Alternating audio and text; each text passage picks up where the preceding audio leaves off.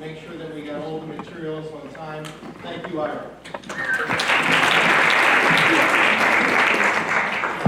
Wow, wow, wow, wow.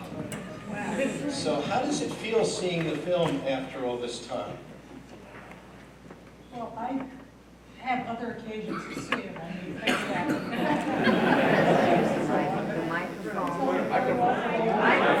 There's the mic. No, I'm sorry. It's held up very well for me.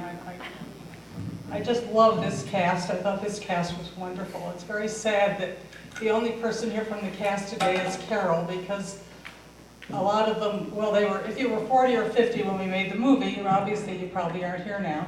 Some of them live in California, and some of them don't act anymore. So I tried very hard to get in touch with them, but I'm very happy to have our crew members are here. We had a fantastic crew. And Carol, how was it for you?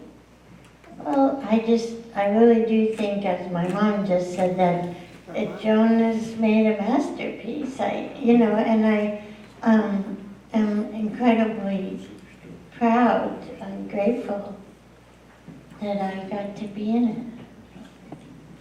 That's how it was. And it's great to see my fellow actors, even though, so many are gone now. It's great to see. I thought Stephen was so great and so attractive. And Mel and Doris is hilarious.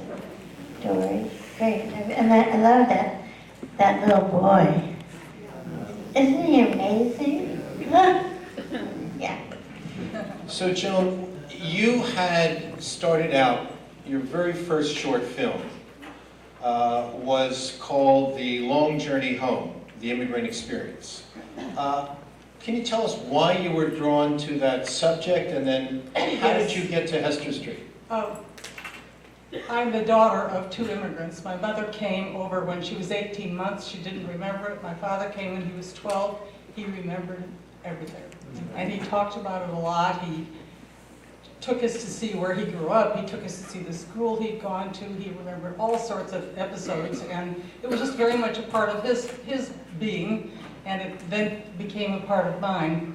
Interestingly enough, I think a lot of people who immigrated at that time did not talk a lot about it. It was painful, it was traumatic. They wanted to go ahead and not go back. But he, with all the troubles that he had, he loved talking about it, and that's the way it was. We grew up in Omaha. And how did you make your way to New York? Well, I met Ray, who definitely is the hero of this story, which I'll tell you in a minute, my husband, my late husband. I met him when I was in college, and we got married as soon as I finished college, and then we lived in Cleveland for 11 years because he wanted to start a real estate company, and he didn't have any money, and he needed to be able to borrow money, and it was easier for him to borrow money in a town that he lived in where people knew who he was and so on. So we lived there for 11 years. He did very well very quickly, and we moved to New York. So we moved to New York in 1967. And how did the film then, begin? How did you go about getting the funding? The three short films you mentioned were for an educational film company. And when I finished them, I tried desperately to get an appointment at the studios, at some studio, to get somebody to talk to me about giving me a job. And finally I did. I finally got to meet with a studio executive. And he said the following to me. He said, feature films are difficult to make, and they're expensive to market, and women directors are one more problem we don't need. So maybe it seems funny to you, but I gotta tell you, it was devastating to me. I just felt like I felt like I was never gonna get to make a movie. And I got very depressed, and Ray, my husband, got very angry. And he said, you may be good at this, you may not be good at this, but you certainly deserve a chance to try. And he said that he would raise the money if I could make a low-budget film. He said, go to your typewriter. That's what it was in those days. And I went to my typewriter, and I knew this story, and I loved this story. And the emphasis that I wanted to place on this story was different, however. The story is called Gitl, which was Jake's name in the old country. But the character that I thought the whole thing should kind of move around on was the wife. And one of my big problems was, during the casting period, I couldn't find anybody that I thought was right. And I was looking for somebody who is described in the story as dark hair, little black eyes, stout, plump, and so on. And I kind of was looking in that general field. But the main thing I wanted was somebody who could really act and really present this character. And I wasn't finding it. And during the casting period, I went to see a Canadian film called Wedding in White. And I came in on Monday and I said to my casting agent, I said, I saw the kind of actress I'd really like to play Gitl. And I told him that it was Carol Kane and she was in this movie. And he said, well, let's get her in here. And I said, absolutely not. We can't afford to pay to bring somebody down from Canada, put them up, feed them, give them all these, we can't do it. We hardly have enough money to make the movie. He said, she lives across the park. So he brought her in, and I mean, it was love at first sight. I just thought it was the luckiest thing that could have happened to me. Carol, how was that first meeting between you and Joan? Well, first of all, I had forgotten that you saw Wedding in White. That's great. Well, for me, of course, I was very nervous because I was auditioning, I had to audition, and I think I auditioned 3 times. Because in the last audition, Joan had sent us to a gentleman from the Yiddish theater, right, who taught us enough of the Yiddish to be able to audition in Yiddish with the lines. And, I just was in love with the script. It was one of those scripts that is a very rare experience to read, because in reading this script, I felt like I was watching the movie. It was so completely there on the page that, so I just was in love with it, and I just wanted to keep calm enough not to blow it, to tell you the truth. And it just wonderful. And then, it turned out that Joan and Ray knew my parents in Cleveland. A big surprise. Excuse me, that was the most unbelievable surprise to me, that she was from Cleveland, Yeah, and my father is an architect, I believe, designed a new wing of the temple that Ray's father that was the rabbi there? Ray's father was Rabbi Abba Hillel Silver. Yes, and so there was that history, but we didn't know it. It was we just discovered it.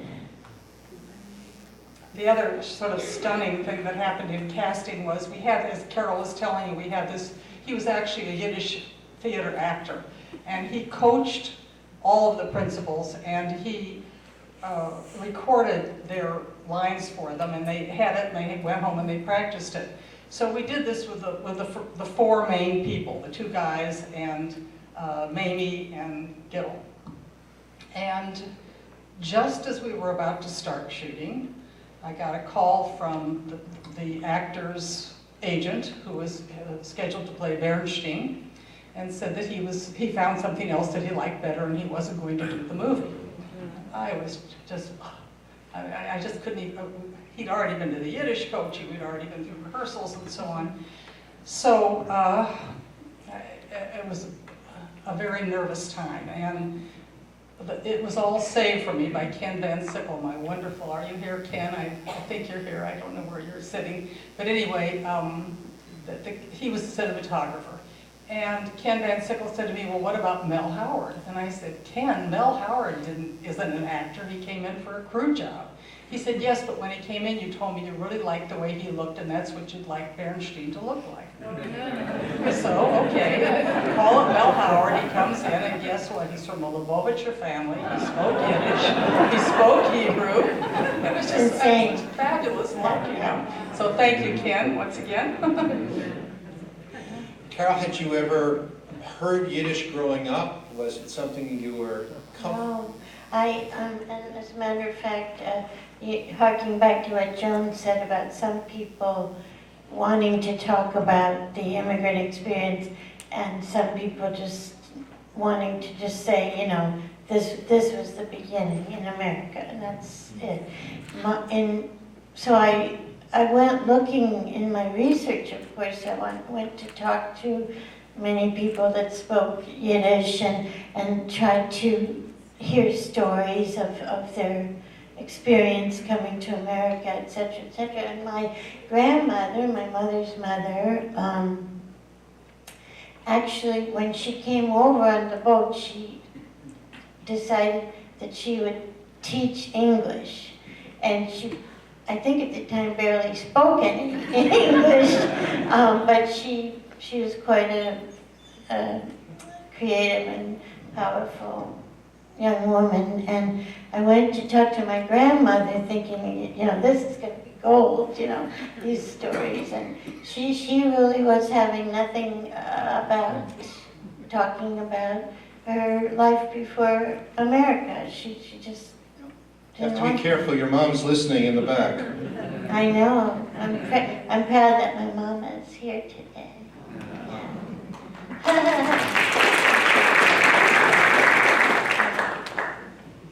So, it's 1975. It's difficult for a woman to even make a movie, let alone raise money for a movie. Independent filmmaking in general is sort of looked down upon. And so Ray went out Ray and... definitely saved the album. Ray definitely did save things. When we finished the movie, he obviously took it to every studio. There were none of these small ones then, now there's Magnolia and A24 and all that, but that was just I think there were 6 or 7 big studios, and nobody wanted it. Absolutely nobody.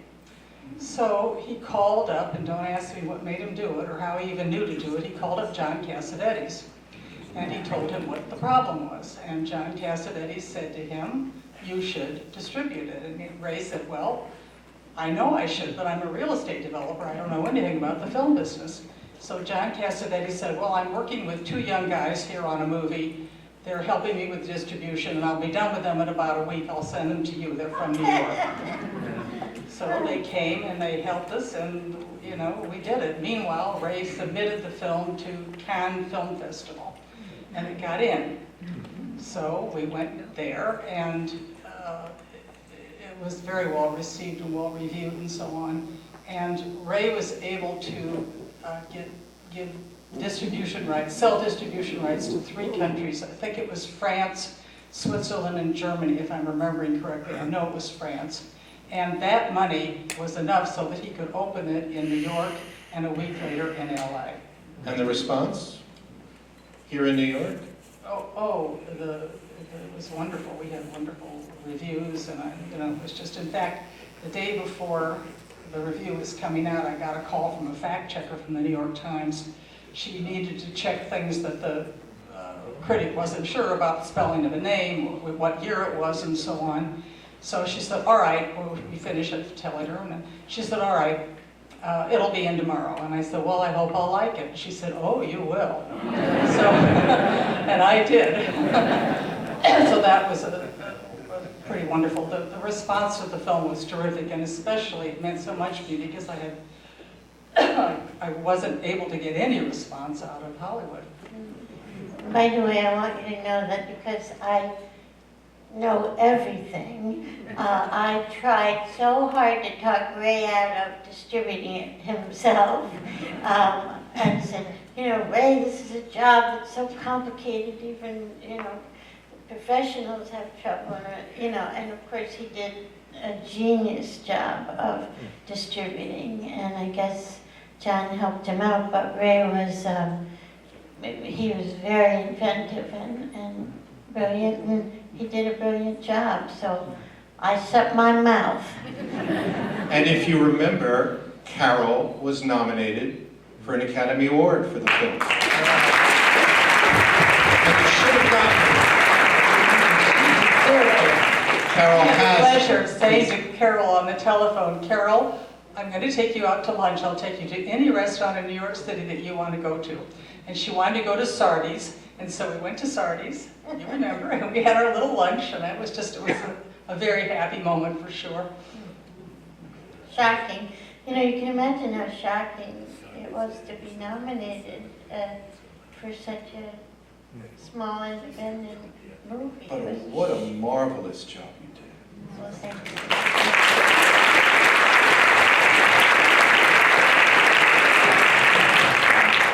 Were you concerned after having made this film that someone might say, well, you know, Carol Kane, she always plays the immigrant girl, the Jewish girl. Were you worried about that typecasting? Well, that happened for sure. It did. I didn't work for, well, by the way, I wanted to mention we had a fantastic guy named Max Birkin, who in those days, who was retired from being, what studio did he Who was? the publicist, Max Birkin, who took the film around. Yes. and Oh, got- I was, Well, he yes. worked for, I'll tell you. like Jack Warner or some, You know, in those days, which was before computers and things, they used to,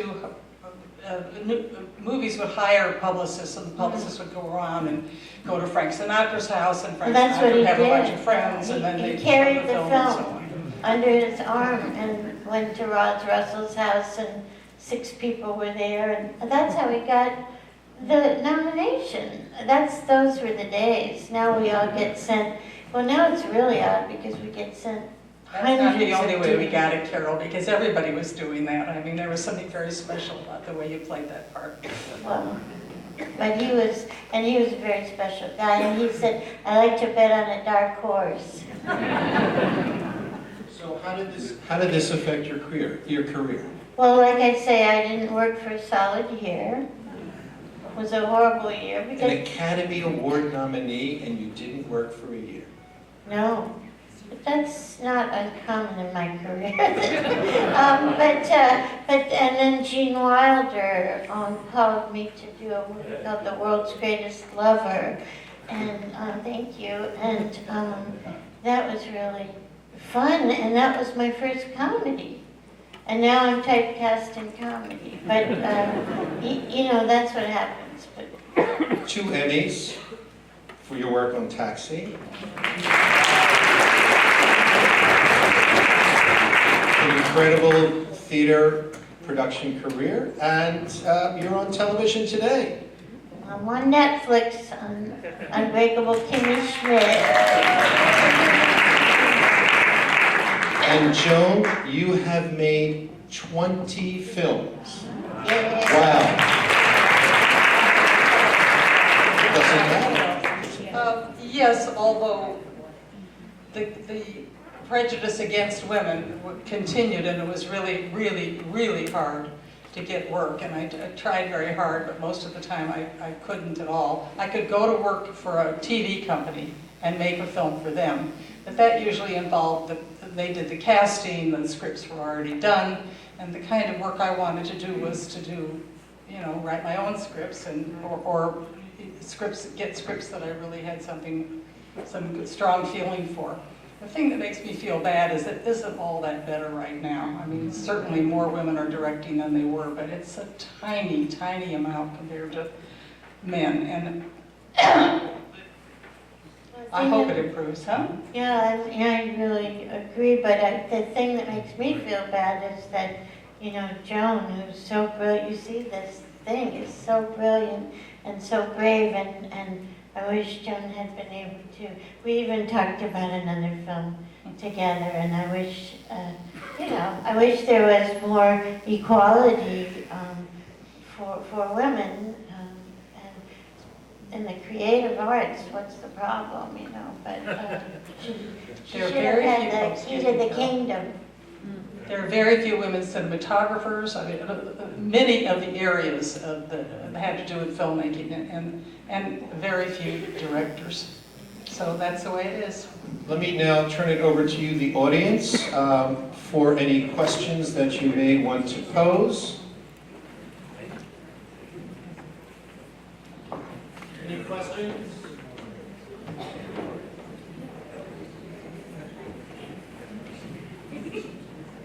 So there was a lot of wonderful Yiddish dialogue that didn't get translated. Was that a reason for that? And you mentioned a wonderful review by the New York Times.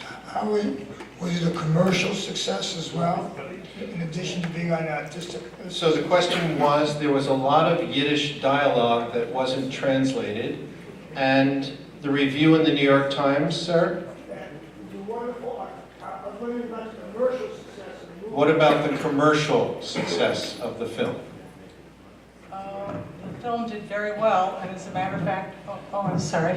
The film did very well, and as a matter of fact, since we couldn't find any studio to back the next film, we were able to use profits from Hester Street to make the next film. So it did very well. It was, you know, one of the things that when the day it opened, you know, the going wisdom was you didn't want it to be a gorgeous sunny day because people would not want to go to the movies. They would want to go out and, you know, be in the park. And you didn't want it to be a rainy day because that would mean people would rather stay home. So we got up on that. It was a Sunday that it opened. In those days, they opened on Sundays, and it was simply pouring. And Ray said, "I'm going to watch the football game." So, you know, it just seemed like it was just, but we got a call from one of these young guys, the Cassavetes, that sent us, and he said, "I think you should come down here." So we got on the subway with our umbrellas, and we went down, and there was a huge line all the way around the block of people with umbrellas. And Carol Kane's mother, Joy Kane, who's here today, took pictures of all these people for absolute proof that that's the way it was. And it was just wonderful. What about the translation from Yiddish? Translation from Yiddish, the subtitles. What about it? The gentleman felt that not everything was Oh, translated. I'm sorry. Most of it seemed to me to have been. I'm not really aware of that. I'll tell you, my mother's favorite Yiddish expression, my parents spoke Yiddish, her favorite Yiddish expression was, and she said it in Yiddish, "God looks after children and fools." So this may be an expression that you heard in your household or from your grandmother or something like that. And it almost, you know, when she heard that I was making a film, God looks after children. But anyway.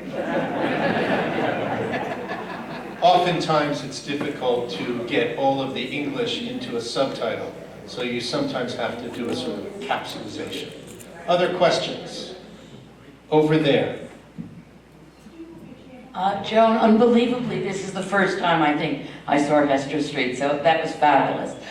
Besides Carol, I know there are other people that you discovered because I've met them at your house. Could you comment on discovering a star? You've worked with many, many actors over the years, and can you talk a little bit about some of the stars that you've discovered?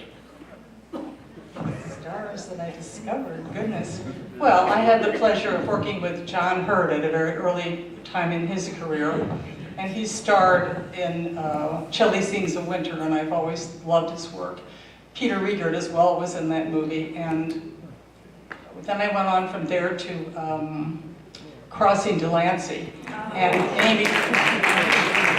Amy Irving had indeed worked.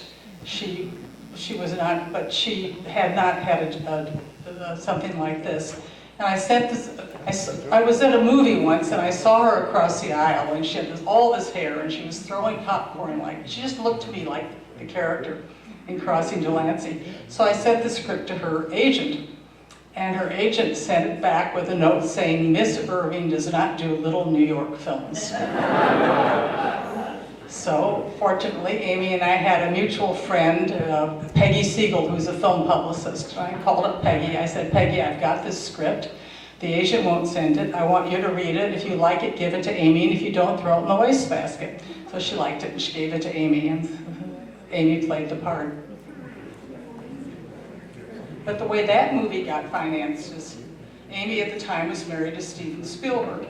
And I said, "Look, I don't want to be here under false pretenses." I was visiting them, and I said, "I haven't yet got financing for the movie." And Steven said, "You've got a script this good and you can't get financing for it?" I said, "No, not yet." He said, "Have you been to Warner Brothers?" And I said, no, because I don't know anybody at Warner Brothers. And he said, well, how would you feel if I took it to Warner Brothers? I said, be my guest. You know? So from then on, from that moment on, Amy said, okay, we're making it at Warner Brothers. Let's, you know, and she starts almost everything that she could think of doing to get for the role. And I said, well, let's wait. We haven't heard from Warner Brothers yet. She said, oh, you will. Everything will be fine. And it was. So have Steven Spielberg on your side. It's not her.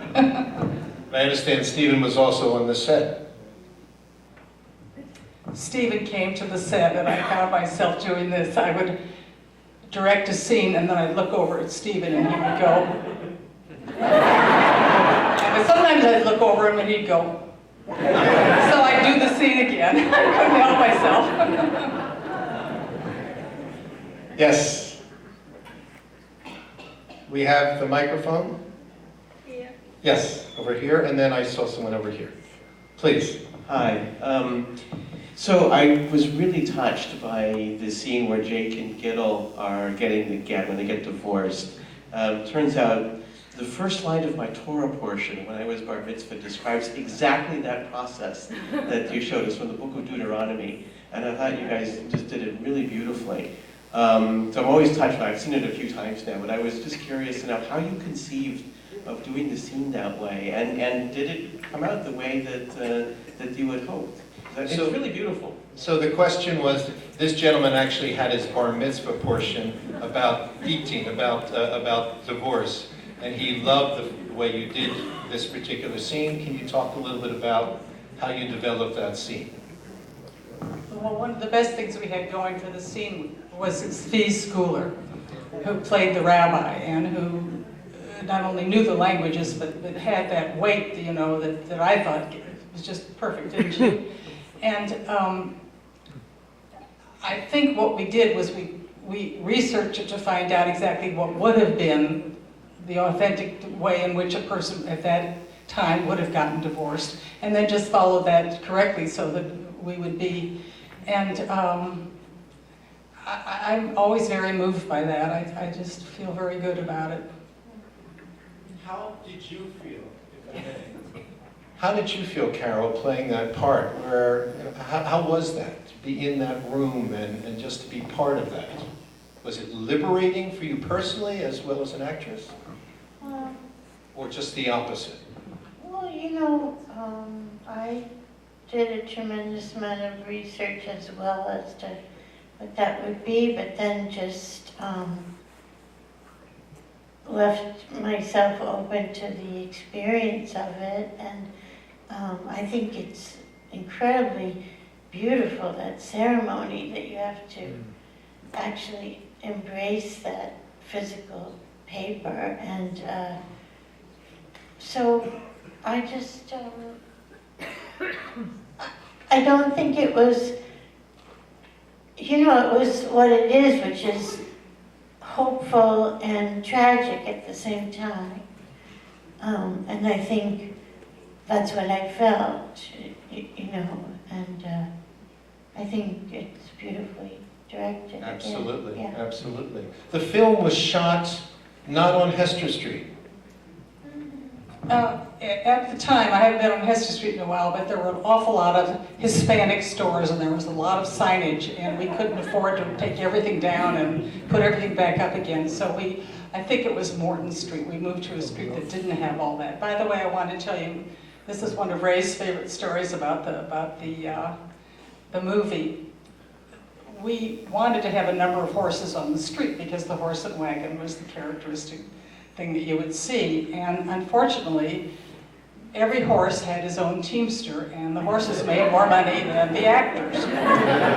So we were a little buffaloed and didn't know what to do, but our wonderful design department and all the people who worked on the film discovered that we could get one horse, a white horse, and then put color on that horse, and put the horse, let's send it down black and send it back roan, and so all the horses that you see on Hester Street are one horse.